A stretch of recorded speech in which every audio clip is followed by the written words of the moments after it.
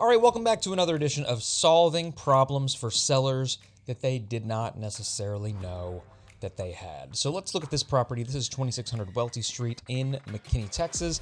This property was on the market for 130 days without selling. The first thing I noticed whenever I looked at this property was that their pricing strategy kind of pigeonholed them into a situation where they were only being seen by about half of the target audience that could have afforded this house. And unfortunately, it was the group of people to whom this was like the most expensive house in their price range. So that was not ideal. The second thing I noticed is that the photos of this house were beautiful, but they weren't necessarily arranged in the right order, and they didn't actually show off the parts of the house that would have been the most interesting to the consumer. So we know that buyers only look at about 3 to 4 photos of a listing before they decide whether or not they're interested, and this property has 1, 2, 3, 4 photos, and we haven't even gotten into the house. That's kind of a problem. This house is also on a corner lot, and the primary bedroom actually has a direct egress to the outdoor living area, and that's something that we figured we probably should have highlighted that wasn't highlighted in the previous listing. Additionally, the seller's furniture was traditional.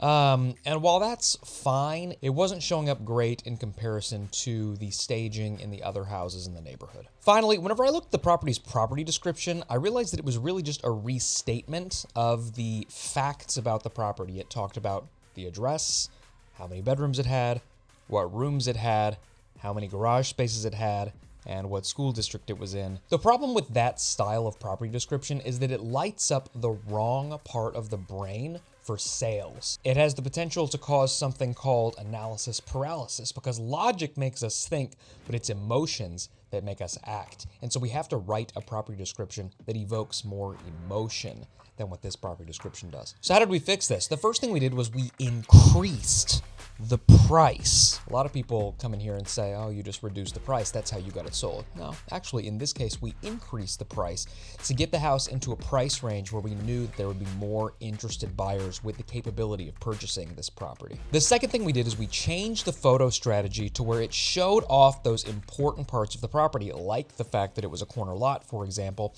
and it also got inside into the rooms that sell the property very, very quickly. We also paid for our stager to bring in furniture that staged it to look more contemporary, like the other houses in the neighborhood that we're selling. Finally, we wrote a great property description that was designed to light up the limbic part of the brain, which is the decision-making, emotional part of the brain. We wanted people to look at this listing and emotionally make the decision to come and see it and potentially write an offer on it. Sold in only 37 days. That is how it's done.